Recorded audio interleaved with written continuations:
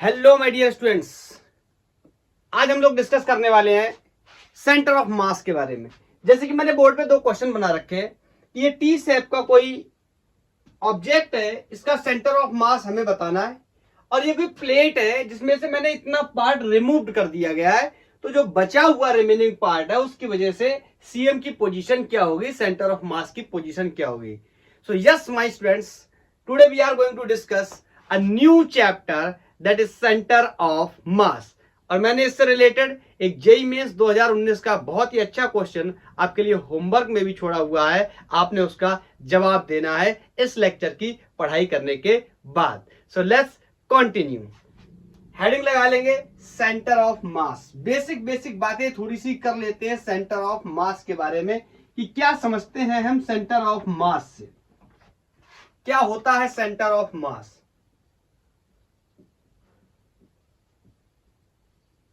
Generally बोला जाता है कि सेंटर ऑफ मास वो पोजीशन है जहां पर पूरे सिस्टम का मास हम कॉन्सेंट्रेटेड मान सकते हैं। और दूसरी लैंग्वेज में यह भी बोल सकते हैं कि सेंटर ऑफ मास पे ही सारे फोर्स अप्लाइड होते हैं। मैं पहले इसकी डेफिनेशन के बारे में आपको थोड़ा सा बताता हूं, फिर हम डिस्कस करेंगे पोजीशन के बारे में कहां पे होगा। मैं लिख सकता हूं centre of mass of a system of particles. एक सिस्टम है जिसके अंदर बहुत सारे पार्टिकल हैं। बोलो, हम बोल सकते हैं इज द पॉइंट। बोलो कौन सा पॉइंट जो कि क्या कर रहा है, मूव कर रहा है। कैसे कर रहा है इसके बारे में बात करते हैं। मूव्स दो, पहली बात, ऑल masses या all mass of the system is concentrated on that particular point.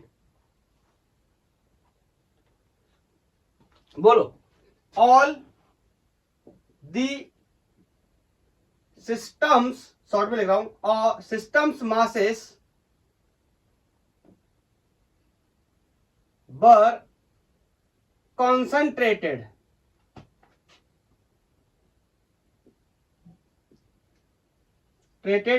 at a point, किसी पॉइंट पे पूरे सिस्टम का मास हम क्या कर सकते हैं, कॉन्सेंट्रेटेड मान सकते हैं। उसको हम क्या बोलते हैं, सीएम। या फिर दूसरी बात हम इसके बारे में बोल सकते हैं कि जो भी किसी ऑब्जेक्ट पे फोर्स लग रहा है। वैसे तो मैं आपको ऐसे बताने की कोशिश कर रहा हूं, जैसे कोई गाड़ी है, ये चल रही है बी वेलोसिटी से, तो इस पे ऑफकोर्स एफ फोर्स लग रहा है या ए एक्सेलरेशन लग रहा है। तो ये किस पर लग रहा है, क्या पार्टिकल के इस मास पे लग रहा है, क्या इस पे लग रहा है, क्या इस पे लग रहा है, क्या इस पे लग रहा है, क्या इस पे लग रहा है। आप बोलोगे सर, जनरली आप ये बोलोगे अब तक जो हमने पढ़ाई करी कि सब पे लग रहा है, तो ऐसा बोलना ठीक नहीं है। मैं बोल सकता हूं इस गाड़ी का कोई सीएम है, इस सीएम पे लग रहा है क्या, फोर्स। क्लियर है? तो मैं कह सकता हूं क्या कि सीएम वो पॉइंट है जहां पर क्या लग रहा है, all forces were applied there. Okay, तो मैं बोल सकता हूं all forces were applied there. ये हो गई छोटी सी बेसिक डेफिनेशन की बात। मैं आपको कुछ और बताना चाहता हूं। अगर मैं आपसे बोलूं कि एक बॉलर है जो बॉल को फेंकता है, स्पिनर बॉलर की बात कर रहा हूं, तो आपने देखा होगा क्रिकेट मैच में कि बॉल जो है वो घूमता हुआ जाता है इस तरीके से। मैं आपसे बोलूं कि बॉल के ऊपर मैं अगर एक पॉइंट मार्क कर दूं, लेट्स से बॉल है ये, इसके ऊपर एक पॉइंट मार्क कर दूं, क्या आप इसकी ट्रेजेक्टरी बता सकते हो? देखो, इसकी ट्रेजेक्टरी बताना हमारे लिए बहुत चैलेंजिंग होगा, क्योंकि ये बॉल क्या कर रहा है, स्पिन कर रहा है, घूमता हुआ जा रहा है। पहली बात, स्पिन कर रहा है, एयर में स्विंग भी कर रहा है, उसके गिरने के बाद टर्न भी कर रहा है। तो इसकी जो ज्योमेट्री है, सॉरी इसकी जो ट्रेजेक्टरी है, इसका जो पाथ है, हमारे लिए काफी चैलेंजिंग होने वाला है। लेकिन अगर मैं इसके सीएम की बात करूं, सेंटर ऑफ मास की बात करूं, मतलब सेंटर ऑफ मास क्या है, इस बॉल का जो भी मास है, मैंने इसको मान लिया यहां पर क्या है, ये कॉन्सेंट्रेटेड है, तो इसको हम क्या बोल सकते हैं, CM, सेंटर ऑफ मास। इस बात को मैं आपको इस मार्कर से समझाता हूं। जैसे मैंने बोला इस मार्कर को मैंने फेंका, तो बताओ ये रोल करते हुए इस तरीके से गया, इस तरीके से रोल करते हुए इस तरीके से जा रहा है। बोलो अब इसके किसी भी पॉइंट पे मैं आपसे बोलूं इस पॉइंट की ट्रेजेक्टरी, यहां पे कोई पॉइंट मार्क कर दूं, यहां पे कर दूं, यहां पे कर दूं, यहां पे कर दूं, तो आप देखोगे कैसी होगी, अजीब गरीब होगी, काफी ज्यादा ऐसे घूमते हुए जा रहा है। बोलो लेकिन अगर मैं आपसे कहूं इसके CM के बारे में बात करूं, तो मैं इसका आपको एक फोटो बना के बताता हूं। मैंने इसको फेंका ऐसे, ठीक, ये ऐसे गया, ठीक है, फिर ये इस तरीके से, इसकी पिक्चर्स ले रहा हूं अलग अलग जगहों पे। बोलो इस तरीके से ग्राउंड पे आके गिर जाएगा नीचे कहीं। मैं आपसे एक बात कहना चाहता हूं, अगर इसके सेंटर ऑफ मास की बात करूं, ये रेगुलर बॉडीज है, रेगुलर बॉडी के सेंटर ऑफ मास मिड में होते हैं, तो इसका मैं मान लेता हूं यहां पर कहीं सेंटर ऑफ मास होगा। बोलो तो ऑल पार्टिकल्स का यहां कहीं बहुत सारे पार्टिकल पड़े हुए हर जगह पे, उनका ट्रेजेक्टरी तो इतना आसान नहीं है। लेकिन अगर मैं सेंटर ऑफ मास की बात करूं तो देखो ये इस तरीके से नीचे गया और ये वेरी इजी फॉर मी। बोलो ये क्या होगा, साफ साफ दिखाई दे रहा है कि इसके सेंटर ऑफ मास ने किस तरीके की ट्रेजेक्टरी पकड़ी हुई है, पैराबोला, प्रोजेक्टाइल मोशन करके ये गया है। याद करो मैंने आपको प्रोजेक्टाइल पढ़ाया था, मैं आपसे बोलता था मैं एक गार्डन में गया आम तोड़ने के लिए, मैंने पत्थर को उठाया, फेंका और पत्थर इस तरीके से गिरा। क्या ये बात सच है? किसके रिस्पेक्ट में सच है? पत्थर मतलब बॉल से समझ सकता हूं मैं, ये बॉल के सारे पार्टिकल्स के अदर पार्टिकल्स के ऊपर की बात नहीं कर रहा था मैं, I was talking about the CM। लेकिन ये बात आपको आज तक बताई नहीं गई थी कि ये एक्चुअली में बॉल के सारे पार्टिकल की ट्रेजेक्टरी नहीं है, this is the trajectory of CM of ball. Is that clear? तो इस कॉम्प्लिकेटेड स्टडी को आसान बनाने के लिए मैं क्या कर लेता हूं, इस पूरे सिस्टम के मास को, पूरे ऑब्जेक्ट के मास को किसी एक पॉइंट पे कॉन्सेंट्रेटेड मान लेता हूं और इस पॉइंट को अपन नाम दे देंगे सेंटर ऑफ मास और पढ़ाई करेंगे सेंटर ऑफ मास की। तो आज के बाद मैं ऐसे शब्दों का इस्तेमाल अगर ना करूं तो आपको कोई तकलीफ नहीं होनी चाहिए। मैं आपसे बोलूं कि ये कार चल रही है, अभी तक हम ऐसा बोलते थे, ये कार चल रही है, B वेलोसिटी, इस पे A एक्सेलरेशन लग रहा है, इस पे F फोर्स लग रहा है, ऑल दीस थिंग्स, ऐसी बात करते थे। आज के बाद मैं ऐसी बात अगर ना करूं तो आपको कोई हैरानी नहीं होनी चाहिए। मैं बोलूंगा इस कार का कोई CM होगा, पोजीशन कैसे निकालेंगे आगे डिस्कस करेंगे। इस पे लग रहा है क्या, फोर्स, इसका मतलब ये क्या कर रहा है, एक्सेलरेट, इसका मतलब इसके पास क्या, वेलोसिटी, इसका मतलब इसने कोई कवर किया है क्या, डिस्टेंस या displacement. Yes my dear students, I can say this, CM, centre of mass, is the commander of translatory motion. बोलो ट्रांसलेटरी मोशन को कौन कमांड करता है, सेंटर ऑफ मास। बोलो ये एक्सप्लेनेशन आपको समझ आया कि हमारे लिए कितना जरूरी है सेंटर ऑफ मास की पढ़ाई करना। जनरली अगर मैं आपसे बोलूं कि और भी अगर मैं इस एक तरीके से आपको और बताने की कोशिश करूं, मैं आपसे बोलूं ये मेरे पास जो मार्कर था, इस मार्कर को जरा एक उंगली पे बैलेंस करके दिखाइए, इस मार्कर को एक उंगली पे बैलेंस करिए। मैं आपसे पूछूं यहां पे रखो, बैलेंस हो जाएगा, नहीं होगा। मैं पूछूं यहां पे रखो, नहीं होगा। तो कहां पर होगा, इसके सेंटर ऑफ मास पे पता करो ना, उसी पर फोर्स लगाओ, तभी ये क्या हो जाएगा, बैलेंस। मतलब ग्रेविटेशनल फोर्स जहां लग रहा होगा, एक्चुअली में ग्रेविटेशनल फोर्स तो सेंटर ऑफ ग्रेविटी पे लगता है, लेकिन मैं आपको समझाने के लिए इतना बता दे रहा हूं कि अगर मैं इसको बैलेंस करना चाहूं तो बोलो क्या करूंगा, इस तरीके से, ओह होते होते बैलेंस लुढ़क रहा है, ओह ओह सर आज कर पाओगे क्या, देखो आज कर दिया। इसका मतलब इस उंगली को मैंने जहां पर लगाया है वहां पर इसका क्या है, CM, सेंटर ऑफ मास। इधर के मास या इधर मास से कोई मतलब नहीं है, पूरा मास यहां पर क्या है, कॉन्सेंट्रेटेड है, तभी तो मैं इस मार्कर को उठा पाया। सर मैं हाथी को उठा लूंगा, सर मैं हाथी को उठा लूंगा अगर मैं उसका सेंटर ऑफ मास पता कर लूं। देखो सेंटर ऑफ मास पता करने का ये मतलब नहीं है कि हाथी हल्का हो जाएगा, लेकिन हाँ मैं डायरेक्शनल फोर्स लगा पाऊंगा। अलग अलग खराब जगहों पे इधर उधर भटकने के बजाय मैं एक स्पेसिफिक जगह पे फोर्स लगा सकता हूं। जैसे मैं हाथी की टांग पकड़ के उठाऊंगा, नहीं उठेगा। बोलो अगर मेरे को पता चल जाए हाथी का CM कहां है, तो हाथी को उठाना इजी होगा इन दैट मैनर कि मैं उसी पर्टिकुलर पॉइंट पे, उसी पर्टिकुलर एरिया पे क्या करूंगा, फोर्स लगाऊंगा। तो नेक्स्ट क्वेश्चन इज कि हम कैसे पता करेंगे कि CM कहां पर होगा।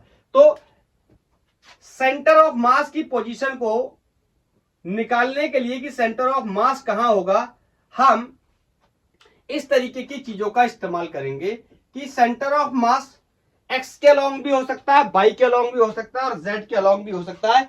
ये डिपेंड करने वाला है कि बॉडी किस तरीके से है या उसका जो ज्योमेट्रिकल या जो उसकी शेप है वो क्या है, 1D body, 2D body, 3D body है। क्लियर? तो एक्स सीएम या वाई सीएम या जेड सीएम, मुझे तीनों तरीकों की चीजों की बात करनी चाहिए।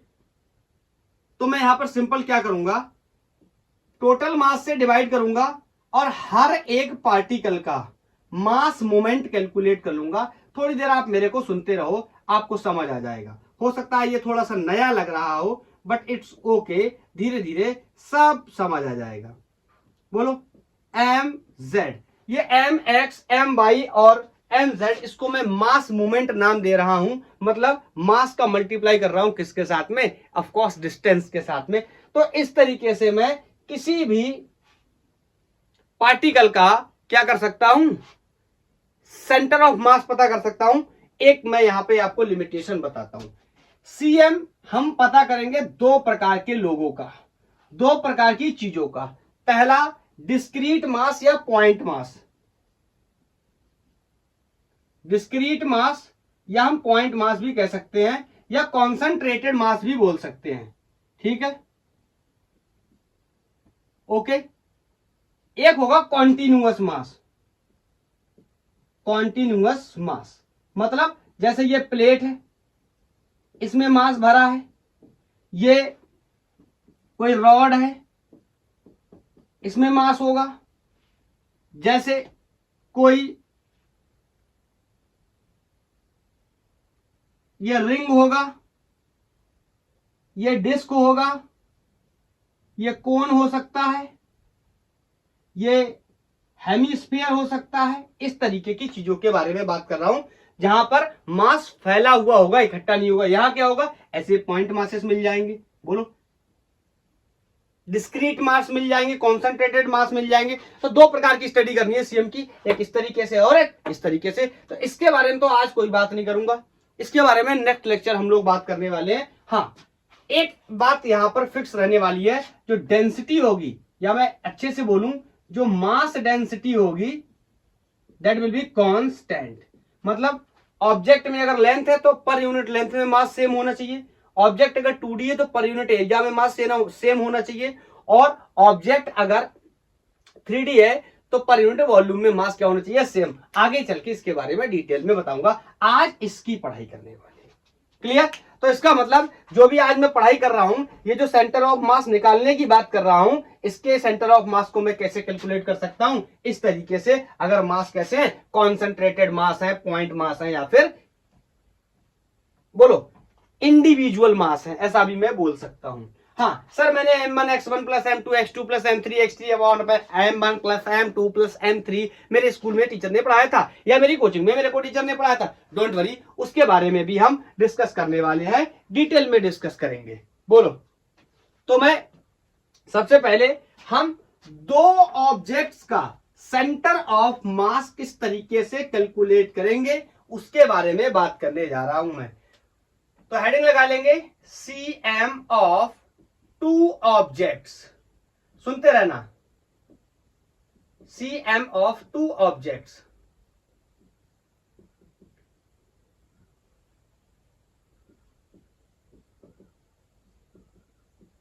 जैसे मेरे पास मान लो ये मास कोई m1, यहां पर मेरे पास कोई मास m2 है।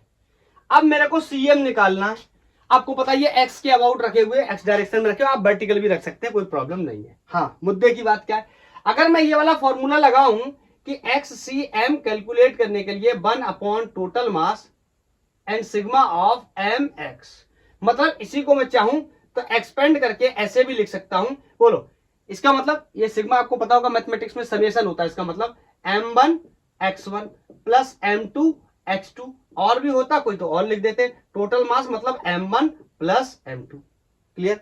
अब मेरे लिए इंपॉर्टेंट क्या है, ये जो मासेस है ना, ये जो मासेस हैं, इन मासेस की मेरे को दूरी भी तो पता होनी चाहिए कोऑर्डिनेट सिस्टम में, कि कितनी दूरी पे M1 मास है, कितनी दूरी पे M2 मास है। मैं आपको एक इंफॉर्मेशन बताता हूं कि इन दोनों के बीच में कोई सेपरेशन क्या है, D है। Is that clear? अब बताओ इसका सेंटर ऑफ मास कितना होगा या कहां पर होगा, मैं आपको बताता हूं।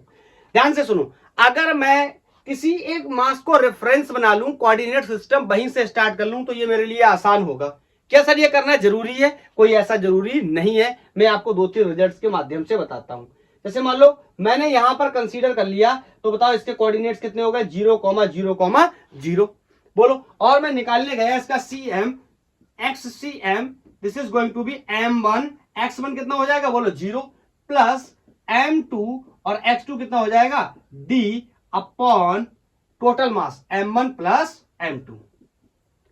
तो this is the position of CM, this is M2D upon M1 plus M2।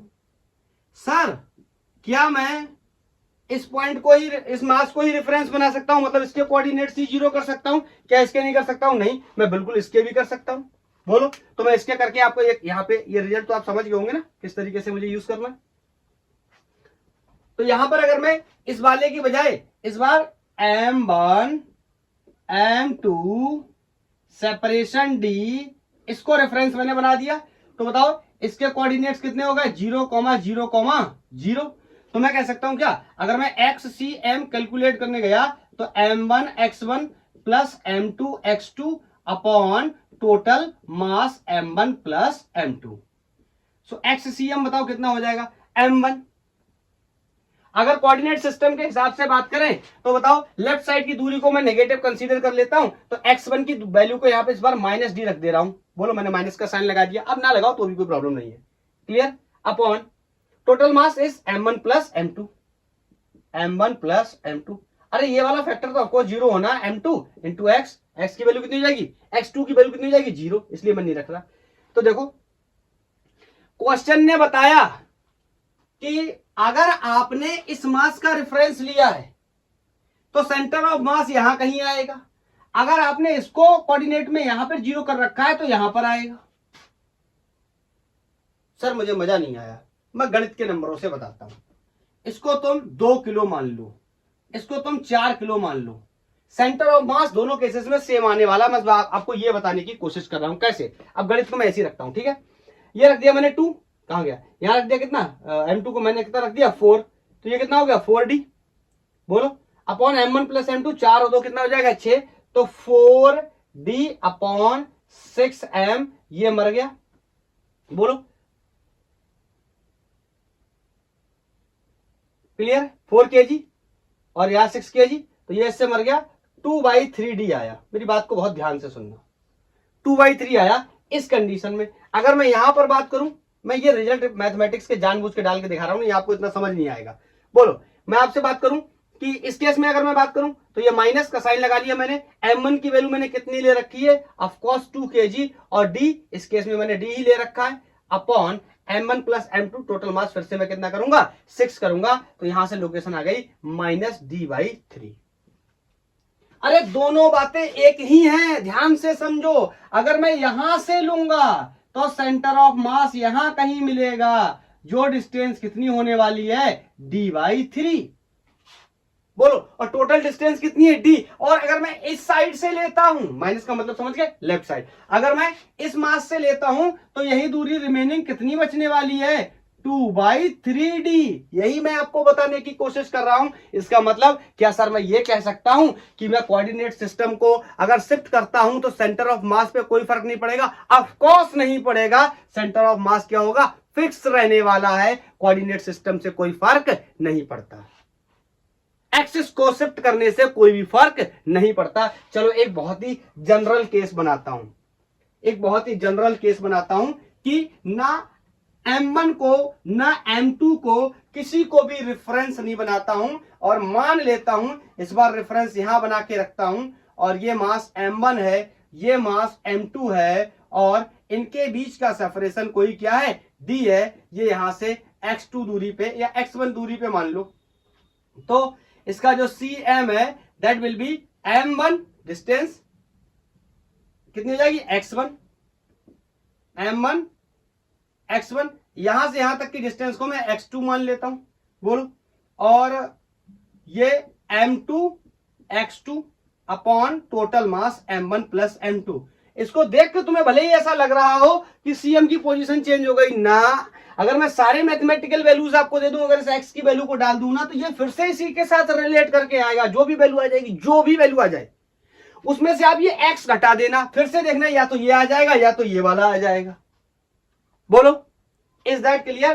तो मैं एक बात बोल सकता हूं कि नोट में आप ये बात डाल लो कि on shifting axis there will be no effect in cm of system of particles। किसी के cm पर फर्क पड़ने वाला नहीं है अगर मैं शिफ्ट कर देता हूं किसको। बोलो, इज दैट क्लियर? अब मैं हटा रहा हूं इसको। मैं एक बात आपको और बताना चाहता हूं, समराइज करके यहां पे लिखना चाहता हूं। इसी बात का मैं यहां पे फोटो बना लेता हूं। ये m1 मास है, ये m2 मास है, सेपरेशन इनका कोई d था, यहां पर मिला था कौन? cm, दोनों तरफ से। ठीक है, इस पॉइंट को मैं मान लो कोई c पॉइंट मान ले रहा हूं, इस पॉइंट को a मान ले रहा हूं, इस पॉइंट को b मान ले रहा हूं। तो दो मासेस का सेंटर ऑफ मास हमेशा कहां होगा? लाइन ज्वाइनिंग पे होगा। बोलो, और मैं कह सकता हूं क्या?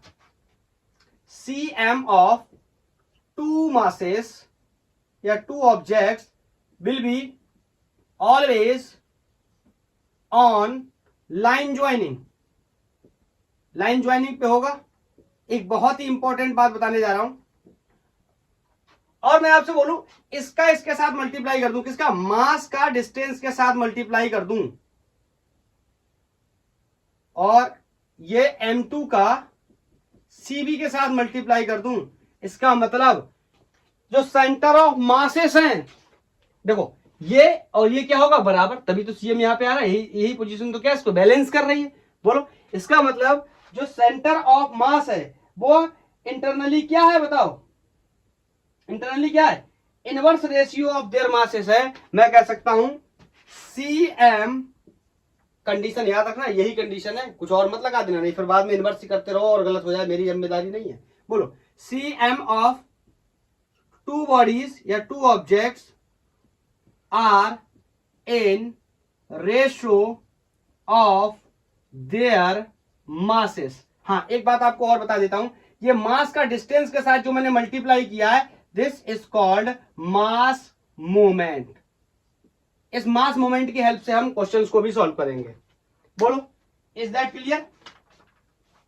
तो मैंने दो पार्टिकल्स के बारे में आपको बता दिया। अब दो से अधिक कितने भी हों, 4 हो, 6 हो, 10 हो, आई डोंट केयर। इसका मतलब I am going to discuss about the cm of n particle. बहुत सारे पार्टिकल है, उनका cm कैसे निकालेंगे? बेहद आसान होने वाला है हमारे लिए। हम कह सकते हैं ये मास कोई m1 है, इसकी डिस्टेंस यहां से r1 है, डिस्टेंस ना बोल के पोजीशन वेक्टर अगर डिस्प्लेसमेंट बोल देंगे तो ज्यादा अच्छा रहेगा। ये m2 है, ये r2 है, ये कोई मास m3 है, ये r3 है, ये मास कोई m4 है, ये r4 है। एन इंपॉर्टेंट थिंग, कोई जरूरी नहीं है x के अबाउट cm होगा, कोई जरूरी नहीं है y के अबाउट cm होगा, कोई जरूरी नहीं है z के अलाउंग, हो सकता है तीनों के अबाउट हो, या मे भी किसी एक के अलाउंग हो सकता है।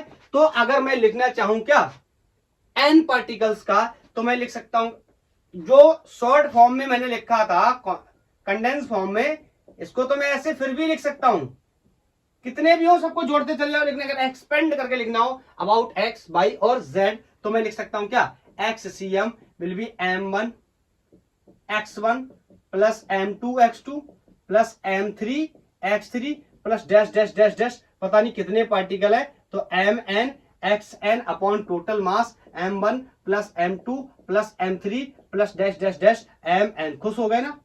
खुश हो गए ना? यही तो मिला था ना स्कूल में। बोलो, यही तो मिला था। बाई के अबाउट बात करें तो m1 by 1 plus m2 by 2 plus m3 by 3 plus dash dash dash dash mn yn upon total mass m1 m2 m3 plus dash dash dash mn। अगर z के अबाउट लिखना हो तो ऐसे ही लिख सकता हूं क्या? m z1 m2 z2 plus m3 z3 plus dash dash dash mn zn upon total mass m1 plus m2 plus m3 plus dash dash dash mn। बोलो, तो किसी का भी सीएम लिखना हो ऐसे लिख देंगे।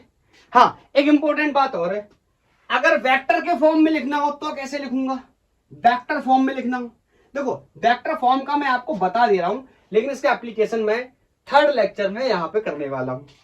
या चलो ऐसा करता हूं, यहां पे बता देता हूं, बताना थोड़ा जरूरी है। बताना इसलिए जरूरी है क्योंकि हम यहाँ पे सीएम की बात कर रहे हैं, तो यहाँ पे बताना थोड़ा सा जरूरी है। वेक्टर फॉर्म की बात करूं अगर मैं, तो बोलो सबसे पहले मेरे को बनाना पड़ेगा आरसीएम वेक्टर।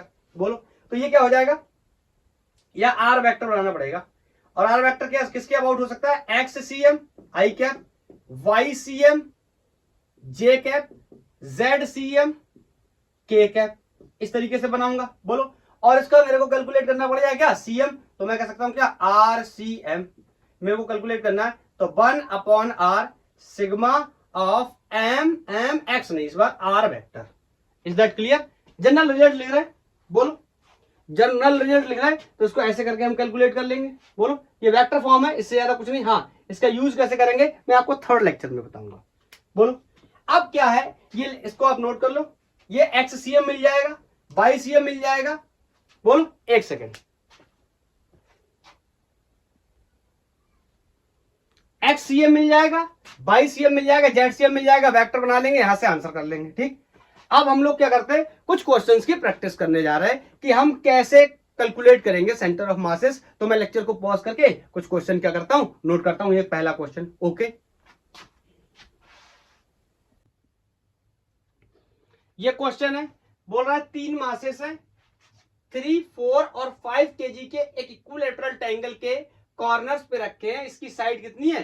1 मीटर है। तो बताओ सीएम की लोकेशन क्या होगी? तो बताओ, अगर मैं एक्स सी एम लिखने जाऊंगा तो क्या लिखूंगा? m1 x1 m2 x2 plus m3 x3 upon total mass m1 plus m2 plus m3, ऐसे नहीं लिख रहा, डायरेक्ट टोटल लिख दे रहा हूं, 4 3 7 और 5 12 KG.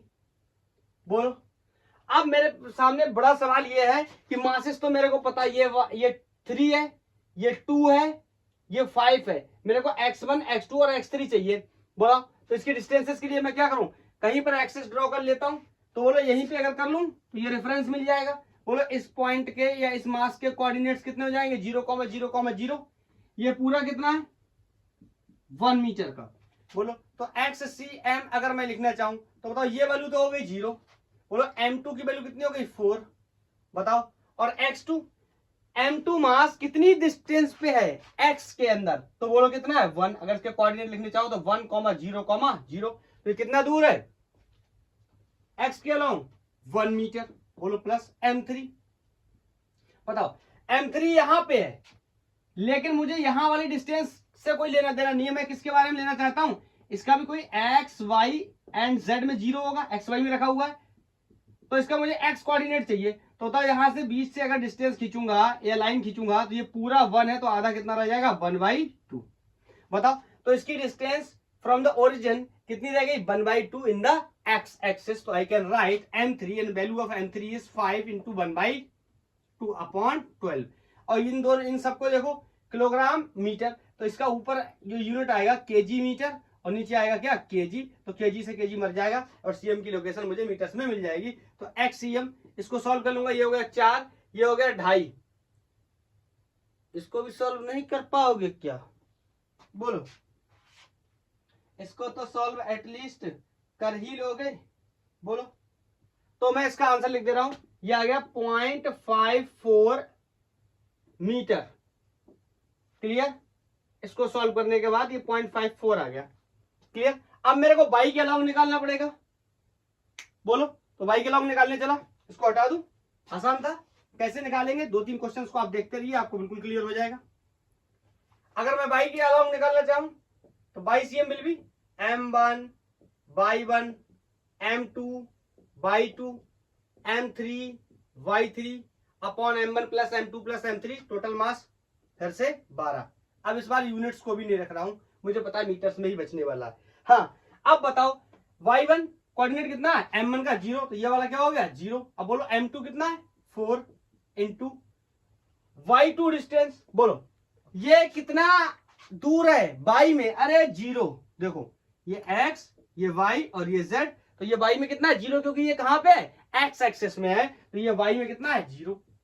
Plus M3 5, M3 Y में कितना है कुछ, हाँ है बिल्कुल है, क्योंकि ये ऊपर रखा हुआ है एक्स में भी, और वाई में, एक्स में कितना था हाफ मीटर और वाई में कितना है, ये बात हमें निकालनी। मतलब हमें अगर ये हाइट पता चल जाए ये, तो मुझे पता चल जाएगा ये वाई में कितना है, और ये निकालना मेरे लिए बहुत आसान है। कैसे, देखो ये 1 मीटर इक्विलेटरल ट्रायंगल मुझे पता है, ये 1 मीटर दिया, ये हाफ है, तो इसको मैं आसानी से निकाल सकता हूं। आपको पता है इसका स्क्वायर प्लस इसका स्क्वायर बराबर इसका स्क्वायर होता है पाइथागोरस थ्योरम से। तो आप कोई नाम वगैरह लिख लो, A B C, so I can say A C square will be equal to A B square plus B C square. मेरे को बी सी चाहिए, तो बोलो यहां रखूंगा कितना हो जाएगा 1, ए सी स्क्वायर करूं कुछ करूं बनी रह जाएगा, बोलो बराबर ए बी की वैल्यू कितनी 1/2 इसका square 1/4 plus B C square. इसको मैं इधर लाऊंगा, ध्यान से देखो, ये एक है, ये एक चौथाई है उन लोगों के लिए, ये बोतल ये पौआ, एक बोतल में से एक पौआ गया, कितने पौआ रह गए 3 पौए, सर मैंने एक पौआ निकाल के पी लिया ना ना ना, गलत बात। √3/2 सॉल्व करने के बाद बोलो 3/4 आया, रूट ले लिया, तो ये डिस्टेंस मुझे पता चल गई कितनी हो गई √3/4, ये वाली डिस्टेंस। मतलब अगर इसके कोऑर्डिनेट्स लिखने हो तो एक्स में लिख सकता हूं कितना 1/2, वाई में लिख सकता हूं कितना √3/2 और जेड में कितना 0, तो I can right √3/2 upon 12। Clear, हाँ अब इसको सॉल्व करना, और सॉल्व करने के बाद मेरा कोई एक आंसर आ जाएगा, दैट विल बी 0.36। ये गणित तो अब तुम सॉल्व कर ही लोगे ना, 0.36 मीटर। तो बताओ सीएम, सीएम के कोऑर्डिनेट लिख दूं, बताओ एक्स में कितना आया था 0.54 और वाई में कितना आया है 0.36 और जेड में 0। अगर जेड में आता तो हम लिखते, तो हमसे क्वेश्चन कह रहा था कि क्या लोकेशन होगी सीएम की, तो ये लोकेशन होगी सीएम की। बोलो इज दैट क्लियर। मैं नया क्वेश्चन नोट करता हूं, एससी वर्मा का सवाल है, मैं नोट कर लेता हूं थोड़ा सा टाइम बचाने के लिए। चलो अच्छा, मैं लैंग्वेज को नहीं लिख रहा हूं, ये एक स्क्वायर है और स्क्वायर के कॉर्नर्स पे मासेस रखे जैसे कि दिए हुए, यहां m, यहां 2m, यहां 3m और यहां पे 4m। बोलो मेरे से कह रहा है फाइंड पोजीशन ऑफ cm, और ये HC वर्मा सर की बुक का क्वेश्चन है, SCB से लिया गया है। ओके, तो कैसे निकालेंगे, सबसे पहली बात इसका सीएम एक्स और वाई दोनों में होगा, क्योंकि एक्स वाई में प्लेस्ड है। बोलो 2D ऑब्जेक्ट है, तो मेरे को एक्स का लॉन्ग भी निकालना पड़ेगा, वाई का लॉन्ग भी निकालना पड़ेगा, तो मेरे को एक्सेस का रेफरेंस लेना पड़ेगा, कहीं ना कहीं तो मानना ही पड़ेगा। कहां पे मान लूं, देखो कोई जरूरी नहीं है कि हम यहीं पे माने, अब आप कहीं ऐसा याद मत कर लेना कि हर बार में यहीं पे मानना। आपको जो सबसे मुश्किल लग रहा हो ना निकालना, वहीं से मान लिया करो, वो क्या हो जाएगा 0। सबसे अच्छा तरीका तो ये है, तो मैं क्या करता हूं यहीं से मान लेता हूं। बोलो, तो यहाँ पे मैंने मान लिया ये कोऑर्डिनेट कितने हो गए 0,0,0। सर क्या मैं यहाँ पे मानू नहीं निकलेगा, बिल्कुल निकलेगा, ट्राई करके देख सकते हो। तो चलो XCM निकाल लेता हूँ पहले। बोल क्या हो जाएगा M1 X1 M2 X2 M3 X3 M4 X4, कितने हैं 4। Total mass M plus 2M 3M plus 3M 6M plus 4M 10M, तो मैं यहां नीचे लिख दे रहा हूं 10M। अब सारी पोजीशंस को ओपन कर देते हैं। बताओ ये वाला का 0 हो जाएगा X1। बोलो M1 मास ओरिजिन पे रखा है, तो इसके अंदर कोई भी डिस्टेंस नहीं है, तो ये कितना हो गया 0। दूसरा M2 कितनी दूरी पे है A डिस्टेंस पे, तो M2 का मास कितना है 2M इंटू A। अच्छा मैं एक बात और भी क्लियर कर दूं, आप इसको M1 ऐसे मान लो, कुछ भी, इसको M2 मान लो, इसको M3 मान लो, ताकि आपको कंफ्यूजन ना हो, इसको M4 मान लो, ठीक है। तो ये क्लियर है। अब नेक्स्ट इज M3। बताओ ये कितना दूर है, कहां से X से, अरे तो जितना दूर ये है X से उतना ही दूर ये है X से। बोलो क्या कोई डाउट है, मेरे हिसाब से नहीं होना चाहिए। बोलो तो लगाऊं M3 मतलब 3M इंटू A प्लस, बताओ M4 X4, बताओ X4 कहां है ये, अरे ये तो बाई में है, तो X में कितना हुआ 0। अगर इस पॉइंट के कोऑर्डिनेट लिखने जाऊंगा तो क्या लिखूंगा 0,y,z, क्योंकि यहाँ x में कितना है 0, प्योरली y में है, तो बोला ये वाला फंक्शन भी क्या हो गया 0। और नीचे डिवाइड कर दिया मैंने किससे, टोटल मास 10 m से, ये प्लस भी हटा दे रहा हूं। ठीक है, अब देखो xcm बताओ 2 और 3 5 ma अपॉन 10m, m से m मर गया, इससे ये मर गया, और cm की लोकेशन आ गई a/2, किसमें x में। ठीक है, यूनिट्स अगर मीटर में है तो सब मीटर में है, तो ये मीटर में आ जाएगा, सब सेंटीमीटर में है तो ये सेंटीमीटर में आ जाएगा। Is that clear? a/2 हमें मिल गया। बोलो अगर ycm में निकालना हो तो ycm में निकालना हो तो y में निकाल देता हूं, x का नोट कर लिया। चलो आप भी करो ना ट्राई, पॉज करो, ट्राई करो। जो लोग बेसिक गलतियां करते हैं वो आपने नहीं करनी, मैं आपको बता रहा हूं किस तरीके से। तो बताओ अगर ycm निकालना, simply y1 m1 m2 y2 m3 y3 plus m4 y4 upon total mass is again 10m, तो बाई cm। बताओ जो जीरो है ना, पहले उनको जीरो ही कर लेते हैं। बताओ एक तो y1 ये कितना हो जाएगा 0, और ये वाला भी 0 हो जाएगा। क्यों? ये प्योरली x में है, ये y में नहीं है। We are dealing with the centre of mass in y direction.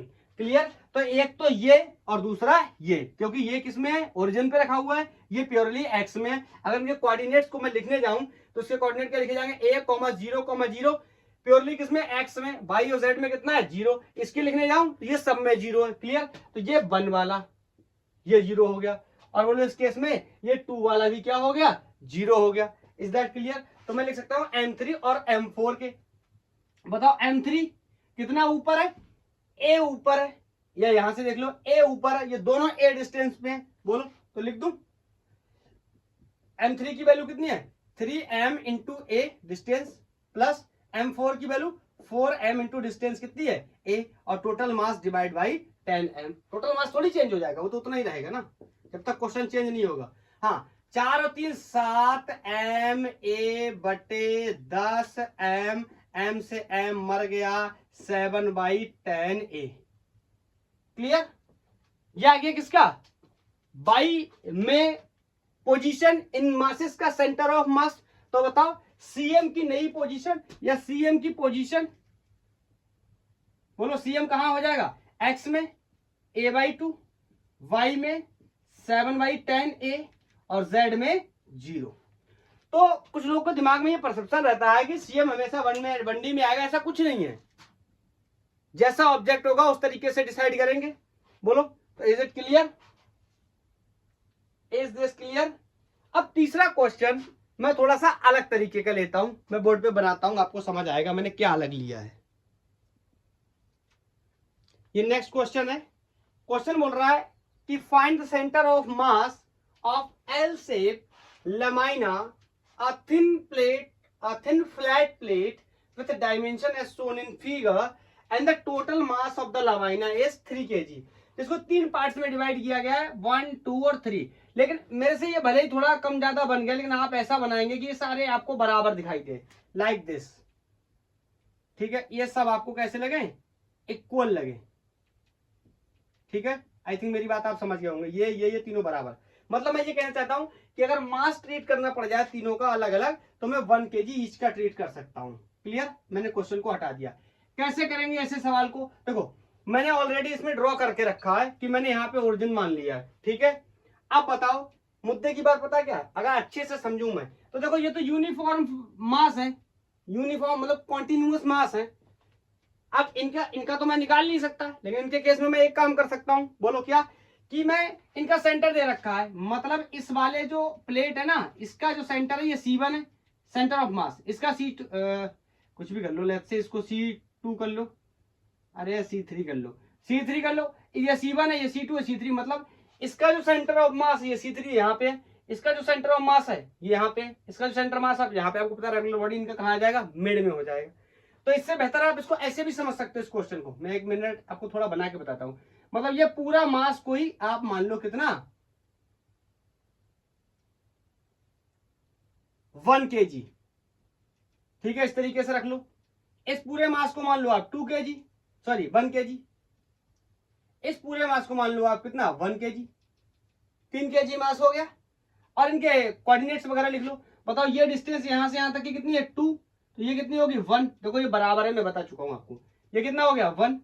तो बताओ एक्स में डिस्टेंस पता चल गया कितनी है 1, वाई में डिस्टेंस पता कर लेंगे। बोलो अगर ये यहां से यहां तक ये 1 मीटर ऊंचा है, मैं यहां बना दे रहा हूं, ये हाइट जो है ये 1 मीटर है और यहां से यहां तक ये 2 मीटर है। तो बताओ अगर ये यहां से यहां तक पूरा 1 मीटर है तो हाफ में ही तो पड़ गया। तो मतलब इसकी वाई में डिस्टेंस कितनी हो गई हाफ। मैं बना देता हूं, मैं इनके सीएम की पोजीशन को इंडिविजुअल के पहले मेंशन कर लेता हूं, उससे मेरे लिए क्वेश्चन क्या हो जाएगा आसान। समझते हैं कैसे। देखो मैं C1 C2 और C3 की पोजीशंस को एक्स और वाई के हिसाब से लिखना चाहता हूं।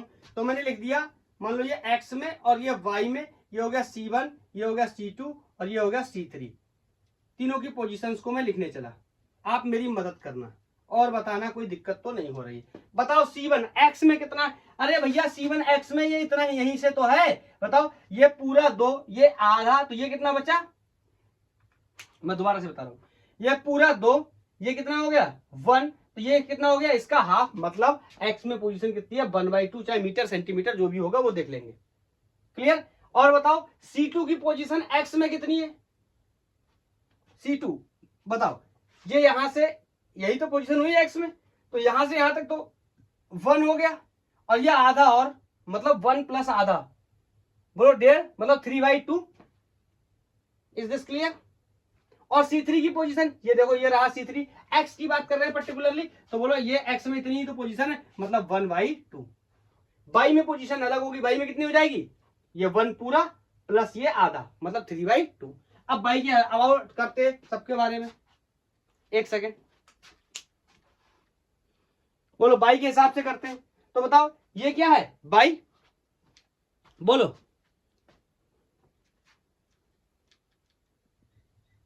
तो वाई में कैसे लिखेंगे पोजीशन को। देखो देख लेंगे सबकी पोजीशन वाई में। बताओ अगर मैं C1 के बारे में बात करूं, इसको मैंने C1 नाम दिया था, इसके बारे में बात करूं, बताओ तो ये वाई में कितना ऊपर है। मैं यही तो बोलूंगा ना वाई में कितना ऊपर और एक्स में कितना आगे। तो वाई में कितना ऊपर, बोलो यहां तक की पूरी डिस्टेंस कितनी है 1 मीटर और ये सेंटर में, मतलब ये हाफ हो गई पोजीशन वाई की। वाई में किसकी C1 की। C2 की पोजीशन वाई में देखो ये भी कितनी हो जाएगी हाफ। समझ गए ना। अब ये मत समझना आगे तो एक्स से मतलब है, ऊपर देखना अभी हमें सिर्फ कितना ऊपर है। बोलो C3 कितना ऊपर है, ये 1 और ये हाफ, बोलो ये 1 और ये half, it mean 3/2।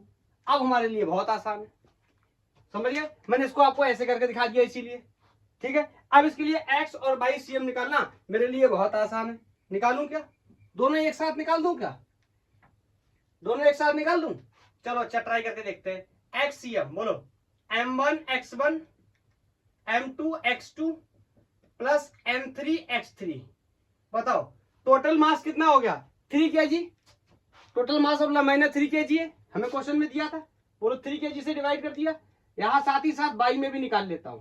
By CM M1 y1 M2 y2। थोड़ा मेरा बाई एक्स में ध्यान रखना, एक ही जैसा हो जाता है। राइटिंग बहुत ही खराब है, क्या करूं। बचपन में होमवर्क जल्दी करने के चक्कर में सब कहानी खराब हो गई। बोलो क्या हुआ, 3 kg से डिवाइड कर दिया, बस पोजीशंस को रखना है, अपना काम हो जाएगा। बोलो M1 सारे मासेस 1 kg के। बोलो x1 मतलब C1 की पोजीशन x में कितनी है हाफ। बोलो M2 भी कितना है 1, x2 में पोजीशन C2 की कितनी है 3/2 प्लस फिर से मास कितना है 1 और x3 C3 की पोजीशन x में कितनी है 1/2 डिवाइडेड बाई 3। अब ध्यान से देखो ये हाफ है, ये भी हाफ हो जाएगा और ये 1.5 है, मतलब हाफ और हाफ कितना हो गया 1 और ये कितना है 1.5, मतलब कितना हो गया 2.5। यार अब इतना कैलकुलेशन को आप समझो, ठीक है। तो XCM हो गया 5/2 इंटू 3 मीन्स 5/6 मीटर सेंटीमीटर, जो भी यूनिट है उनमें रख लेंगे, ठीक है। अगर ये कोऑर्डिनेट सेंटीमीटर में दिए तो सेंटीमीटर में, मीटर में दिए तो मीटर में, इट मींस 5/6। कुछ नहीं दिया तो मैं ऐसे रख दे रहा हूं 5/6। आई थिंक क्लियर है। अब बताओ वाई की बात करूं, वाई सीएम में मास फिर से 1। बोलो y1 मतलब C1 की पोजीशन बाई में कितनी है, हाफ।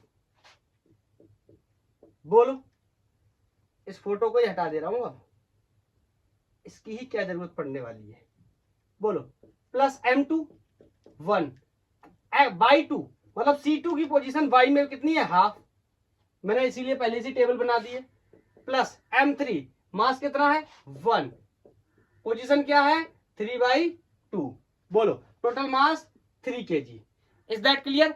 अब देखो, फिर से देखो, तो ये हाफ, ये भी क्या है हाफ, कितना हो गया 1, और ये फिर से कितना हो गया 3/2, 1.5, मतलब फिर से आ गया कितना 5/6। बताओ, तो CM की पोजीशन बता दो जरा, CM की पोजीशन क्या हो जाएगी। मैं कह सकता हूं क्या, CM की पोजीशन, अगर मीटर है तो सब में मीटर लगा लेंगे, सेंटीमीटर है तो सेंटीमीटर लगा लेंगे। मैं बोल सकता हूं कि CM के कोऑर्डिनेट्स कितने हो गए 5/6 इन x, बोलो 5/6 इन y and 0 in z। Is that clear? मेरे हिसाब से बिल्कुल भी क्लियर होना चाहिए, कोई भी डाउट नहीं होना चाहिए।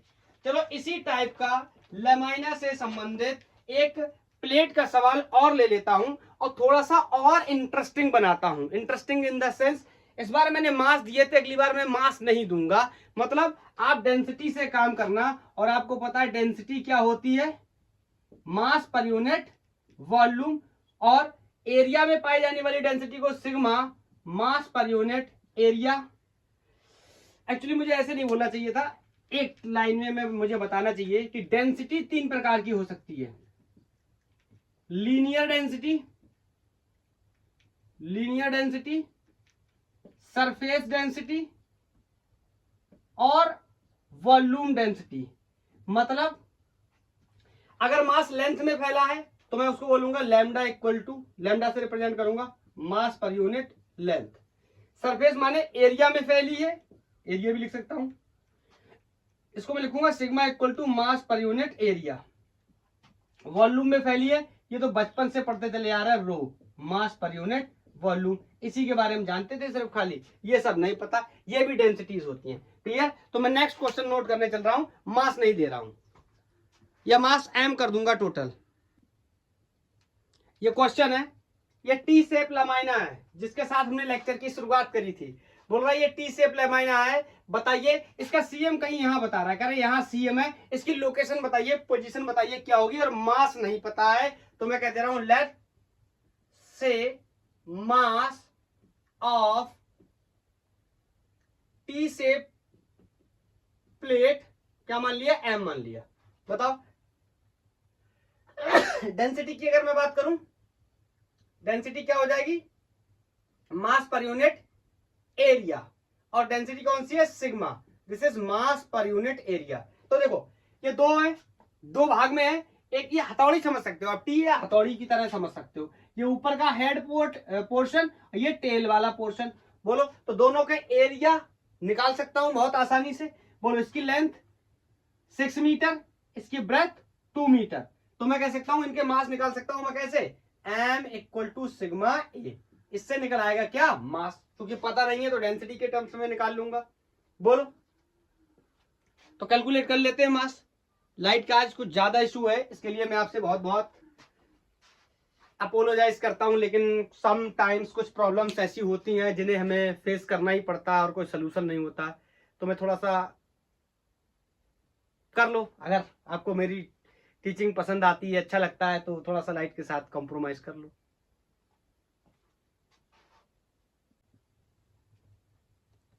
तो sigma equal to M A से निकाल लेंगे सारी चीजों को दिमाग से निकाल करके। बोलो, यहां से मास पता चल जाएगा, तो मैं कह सकता हूं कि मास ऑफ अपर पोर्शन की बात करूंगा, अपर पोर्शन का मास कितना होगा, मतलब इसका, तो इसका एरिया देख लेते हैं। बोलो, इसकी लेंथ कितनी हो गई, देखो 3 + 3 6 और +2 कितना होगा 8, मतलब ये पूरी लेंथ कितनी हो गई इसकी 8 मीटर, और इसका ब्रेथ कितना हो गया 2, तो मैं कह सकता हूं एरिया कितना होगा 16, आई कैन से 16 सिग्मा इसका मास हो गया अपर पोर्शन का। और लोअर पोर्शन की मास की बात करें, मास ऑफ लोअर पोर्शन, बोलो सिग्मा इनटू एरिया, तो एरिया कितना हो जाएगा इसका, लेंथ कितनी है 6, ब्रेथ कितनी है 2, तो हो गया 12 सिग्मा। बोलो अब मेरे को निकालना है क्या, सीएम। और आपको यहाँ पे क्लियरली ये बात समझ में आ रही है कि सीएम वाई के अलाउंग होगा, एक्स के अलाउंग कोई भी सीएम नहीं होगा। क्यों? अरे भैया सीएम यहाँ थोड़ी आ जाएगा बाहर, बोलो कहाँ होगा ना, यहाँ आ जाएगा। बोलो सीएम कहाँ होगा, इस लाइन पे होगा। क्लियर? तो बाई के अबाउट ही निकाल लेते हैं। आप चाहो तो एक्स के अबाउट भी ट्राई कर सकते हो, लेकिन सीधा हम बाई के अबाउट निकाल लेते हैं। ओके, तो बाई सीएम, बोलो m1 y1 plus m2 y2, और टोटल मास कितना मान ले रहे हैं, m। अगर हमें नहीं पता टी शेप प्लेट का मास तो हमने m मान रखा है। क्लियर है? तो यहां से सारी चीजों को पुट करने की कोशिश करते हैं। बोलो m1, इसको अपर मान ले रहा हूं, m1 मान ले रहा हूं, इसका मास m1, इसका मास m2 मान ले रहा हूं। तो बोलो m1 मास कितना है, 16 सिग्मा। बोलो 16 सिग्मा।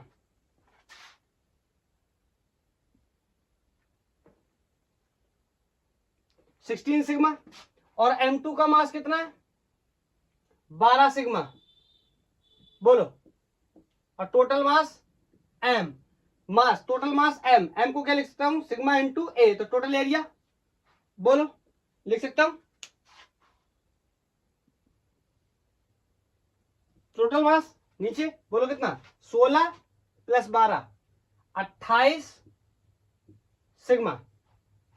बोलो कोई डाउट? बोलो। अरे एक गड़बड़ी हो गई। गड़बड़ी क्या हो गई, एक सेकंड, यहां डिस्टेंस रखे ही नहीं, यहां डिस्टेंस रखे ही नहीं भैया। 16 सिग्मा मास है और y1। बोलो अब मैंने इसको साफ भी कर दिया। y1 कितना रखेंगे, इसके लिए इसकी बात कर रहे हैं, तो यहां से बोलो टोटल डिस्टेंस कितनी हो जाएगी, बताओ बताओ, यहां से इसकी टोटल डिस्टेंस कितनी हो जाएगी, बताओ। अरे यार यहां ध्यान से देखो, ये देखो, ये यहां तक आ रहा है, ये सीएम है, तो ये डिस्टेंस कितनी बची, 1। क्यों, पूरी 6 है, तो ये यहां से यहां तक 5, ये कितनी बची, 1। आई थिंक समझ गए होंगे। बोलो दूसरा 12 सिग्मा, और डिस्टेंस कितनी हो जाएगी, 5। बोलो क्लियर है? इसको सॉल्व कर लेंगे। 12 पंचे 60 और 10 70 और 6 76 बटे 28 सिग्मा, ये हो गया 76/28 सिग्मा अपॉन सिग्मा। सिग्मा से सिग्मा मर गया, इन दोनों को क्या कर लेंगे, सॉल्व कर लेंगे, और 2.71 आ जाएगा। Is that clear? Okay clear? तो इसके कोऑर्डिनेट्स लिख दूं, सीएम के कोऑर्डिनेट कितने हो जाएंगे, बोलो। वाई एक्स में तो है नहीं, तो एक्स में 0 और वाई में 2.71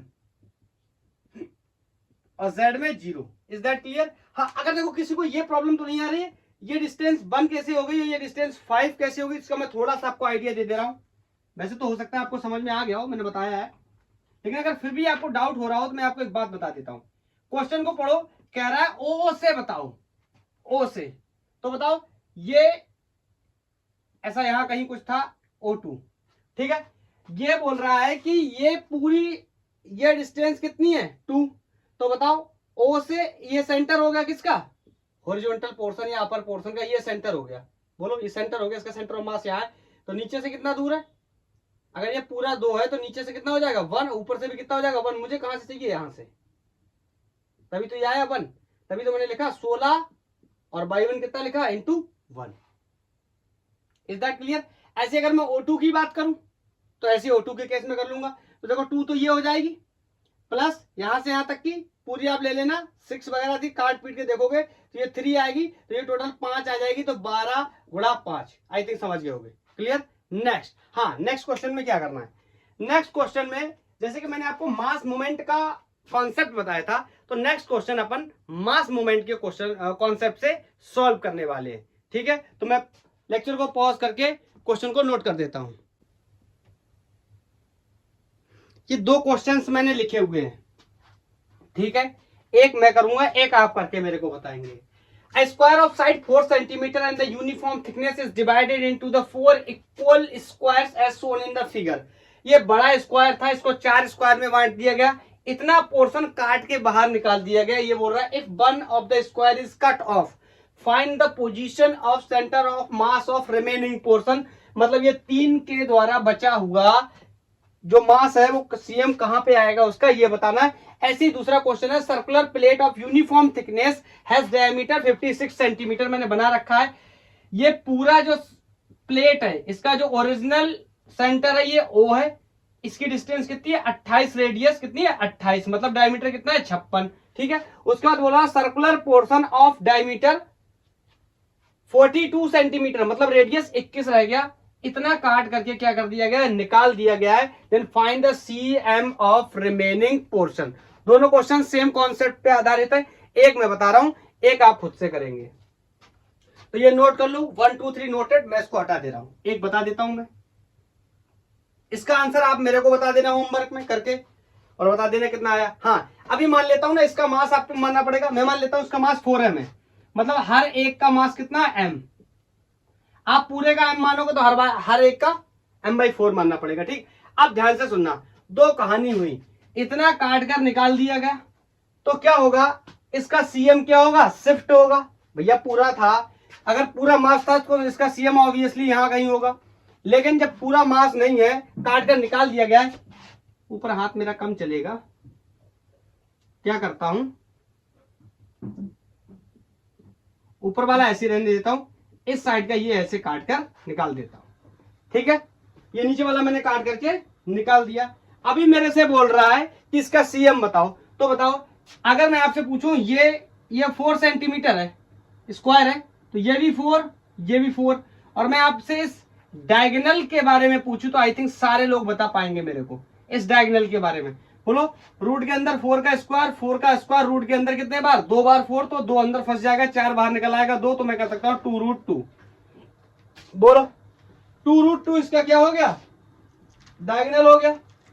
इसमें मेरे हिसाब से किसी को कोई भी डाउट नहीं होना चाहिए। बोलो अगर ध्यान से समझने की कोशिश करूं तो ये वाला जो मास है m, इसका सेंटर यहां कहीं होगा O, और इसका सेंटर यहां कहीं होगा, इसको O1 नाम दे दे रहा हूं, इसको O2 नाम दे दे रहा हूं, इसको रियल सेंटर O नाम दे दे रहा हूं। अब मेरे लिए सवाल कितना है, जब ये पूरा स्क्वायर था तो इसका सेंटर यहां पर था, तो अगर मुझे डिस्टेंस निकालनी पड़ती इसका आधा कर देता, मतलब मेरा आंसर आया था 2√2, उसका मैं आधा कर देता डिवाइड बाई 2 कर देता तो मेरा आंसर बन जाता। लेकिन मुझे क्या चाहिए मास मोमेंट से सॉल्व करने के लिए क्या चाहिए बताओ, 1 2 3, इन तीनों का मास कितना हो जाएगा 3m, और बोलो ये डिस्टेंस O डैश, एक सेकेंड लाइट का कुछ इशू है,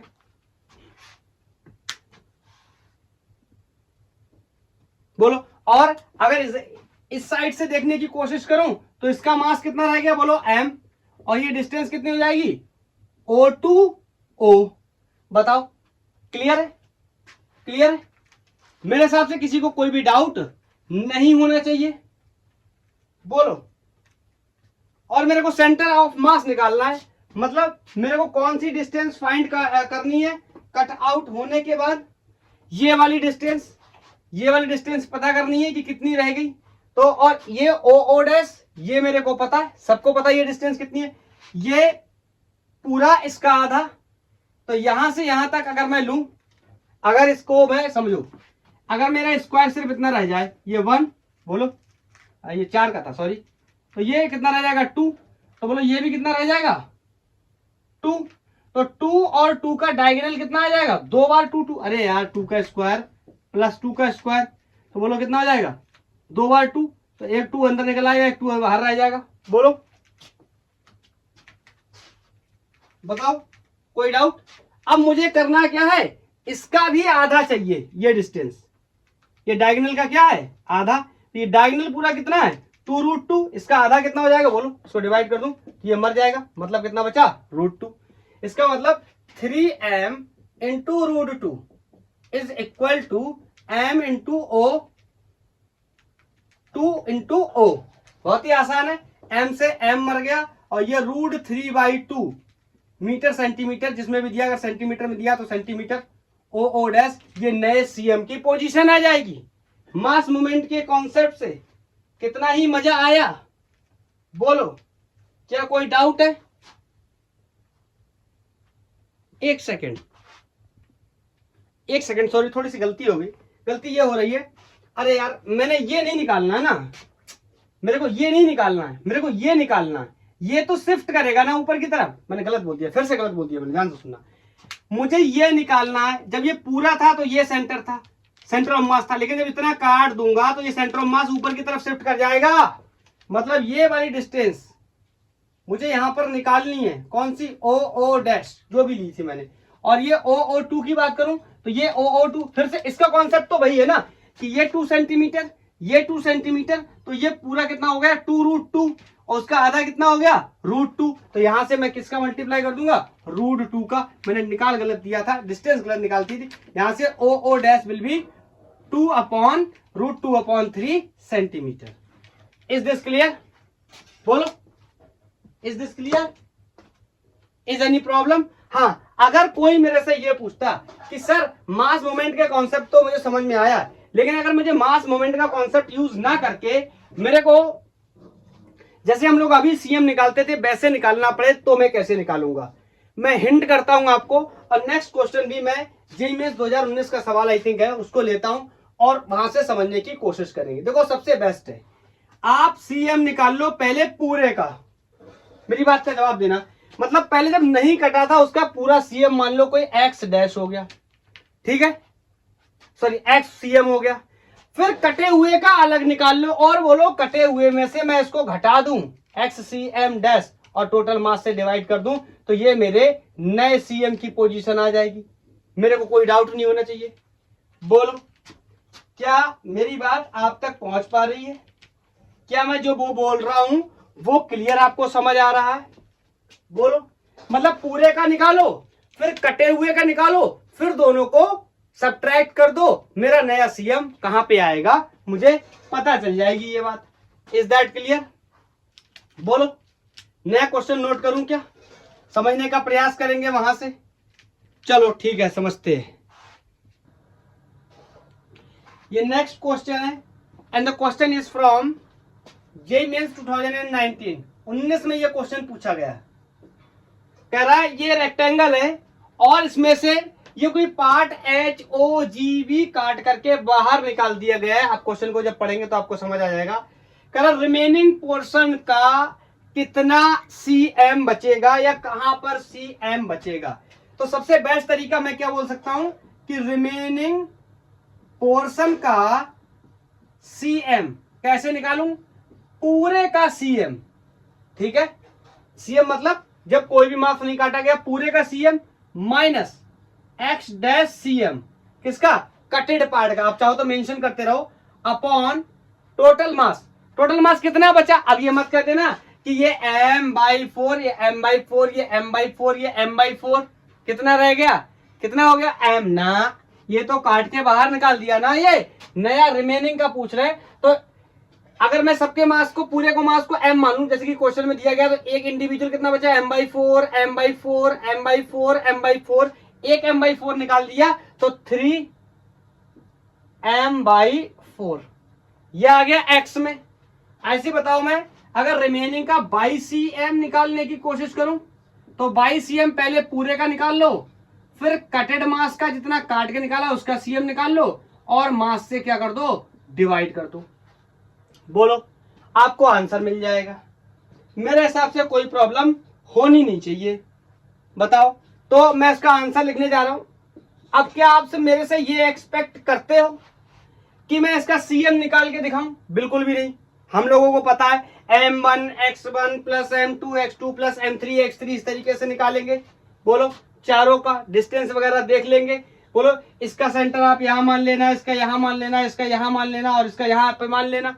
ये डिस्टेंस पूरी कितनी है? a, तो आधी कितनी हो जाएगी? a/2। ये कितनी हो जाएगी? a/4। बोलो, फिर ये तो m1 और m2 मास की डिस्टेंस पता चल गई, m3 और m4 मास की भी x और y में डिस्टेंस निकाल लेंगे।